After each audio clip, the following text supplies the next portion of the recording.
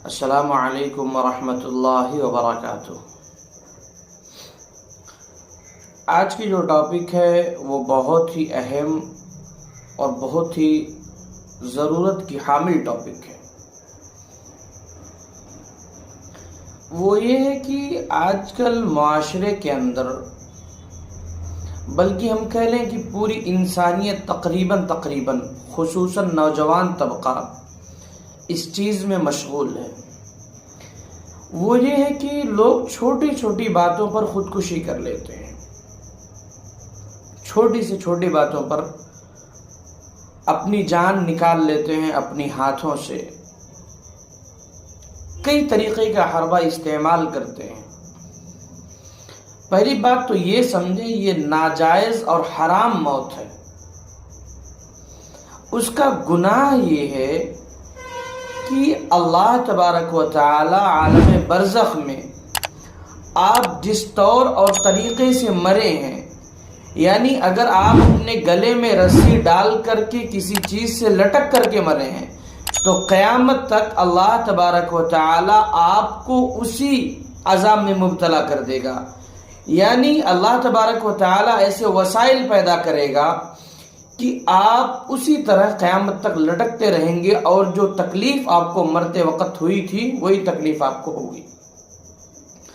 اگر آپ کسی پہاڑ سے چھلانگ لگا کر کے مرتے ہیں تو جو تکلیف آپ کو اس وقت ہوئی تھی وہی ویسے ہی وسائل اللہ تبارک و تعالی عالم برزخ میں پیدا کر دے گا، اور آپ کو اسی وقت تک، یعنی جب تک قیامت نہیں برپا ہو جائے گی، جب تک آپ کو اسی طرح سزائیں دی جائیں گی، اور آپ کو وہی تکلیف ہوگی جو آپ کو یہاں دنیا میں مرتے وقت ہوئی تھی۔ اگر آپ زہر پی کر کے مرتے ہیں وہی چیز ہوگی۔ اگر آپ پانی میں ڈوب کر کے، جان بوجھ کر کے پانی میں چھلانگ لگا لیتے ہیں اور ڈوب کر کے مرتے ہیں وہی چیز ہوگی۔ اگر آپ اپنے آپ کو شیر اور کتوں کے حوالے کر دیتے ہیں وہی تکلیف آپ کو ہوگی۔ یہ اتنا ناجائز اور حرام موت ہے، اتنی غلیظ ترین موت ہے یہ کہ دیکھو، میں آپ کو سرسری طور پر دو واقعے سناتا ہوں جو آقا کریم صلی اللہ علیہ وسلم کی زندگی میں پیش آیا۔ ایک شخص جو مسلمانوں کی دفاع کے لیے مسلمانوں کی طرف سے لڑتے ہوئے اپنے آپ کو شہید کروا دیا۔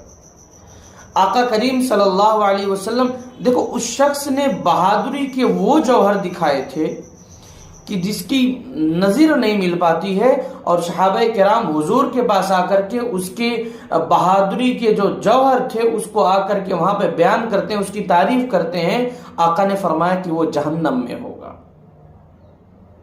پتہ چلا، جب معلوم کیا گیا تو معلوم یہ ہوا کہ اس نے جب مسلمانوں کی دفاع کے لیے مسلمانوں کی طرف سے لڑتے ہوئے تلوار کو چلایا تھا تو اس کو بہت سارے زخم لگے ہوئے تھے۔ اس زخم کی جو درد ہے اس کی تاب نہ لا سکا، اور اپنے آپ کو، اپنے گلے کو مار لیا اور ہلاک کر دیا اپنے آپ کو۔ آقا نے فرمایا کہ وہ جہنم میں ہوگا۔ ذرا اندازہ لگاؤ کتنی تکلیف اس کو ہوئی ہوگی۔ کس بات کی؟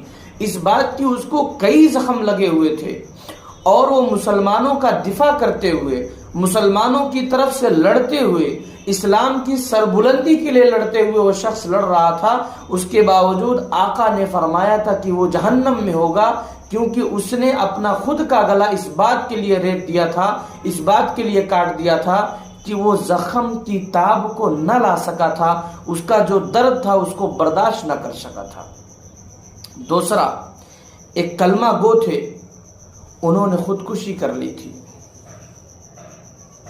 آقا کریم صلی اللہ علیہ وسلم نے ان کی نماز جنازہ پڑھانے سے انکار کر دیا تھا۔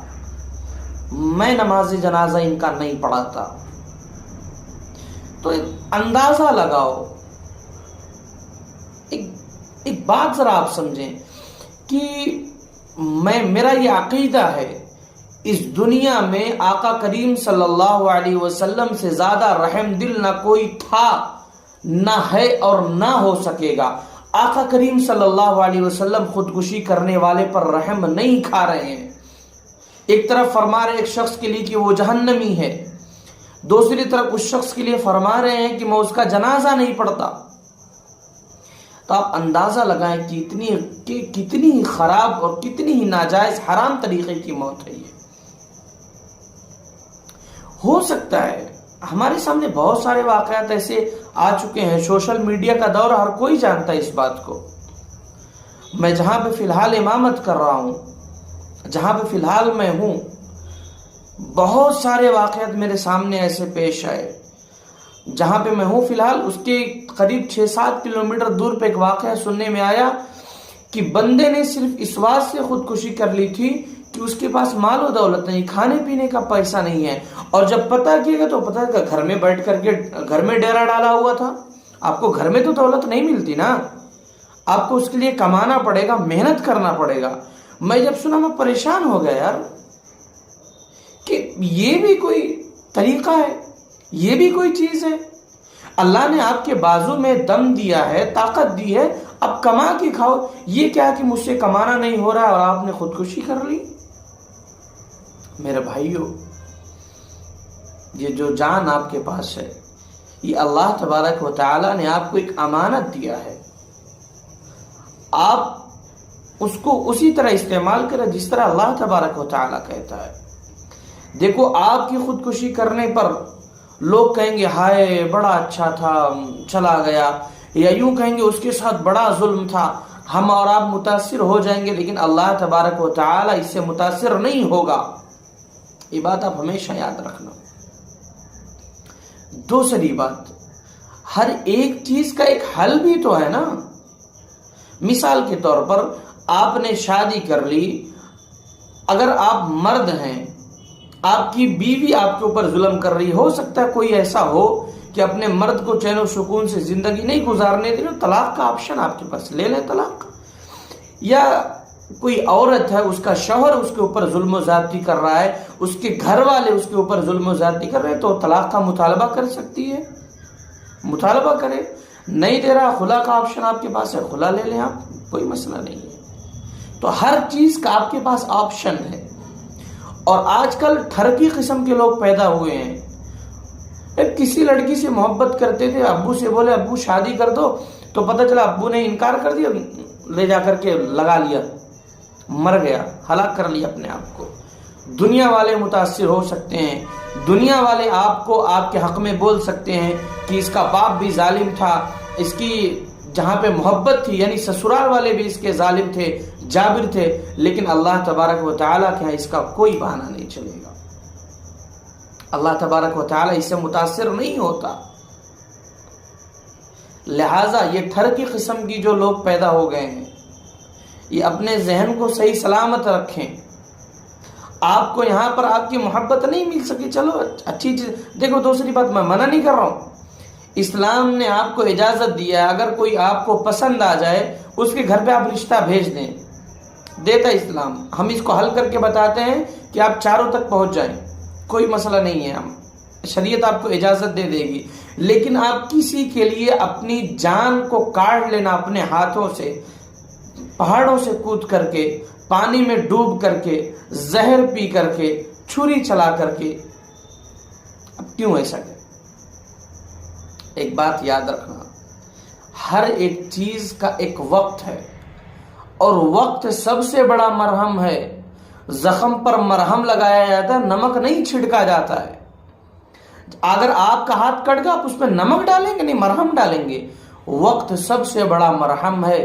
آپ اس کو یوں سمجھیں، جب کسی کے شوہر کا انتقال ہو جاتا ہے نا، عورت کو دیکھو کتنا دھاڑے مار کے روتی ہے، اپنے سینوں کو کوٹتی ہے، اپنے بالوں کو نوچنے لگتی ہے. بھائی رونا بھی چاہیے، محبت کا ایک تقاضا ہے، بہت ساری چیزیں اس سے وابستہ ہیں. تو عورت کو دیکھو 2 مہینے بعد، 3 مہینے بعد خوشیاں اس کی زندگی میں آ جاتی ہیں.